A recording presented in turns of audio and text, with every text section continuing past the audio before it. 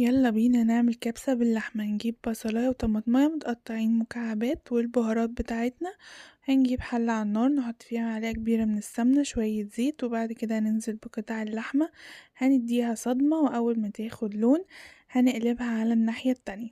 أول ما تاخد لون من الناحيتين هنبدأ ننزل بالبصل بتاعنا ونديله تقليبة مع اللحمة لحد ما يدبل، وبعد كده هننزل بفص توم مفروم وهنقلبهم مع بعض. واول ما نشم ريحة التوم هننزل بالطماطم، واول ما الطماطم تدبل هنحط معلقة كبيرة من معجون الطماطم ونديهم تقليبة مع بعض.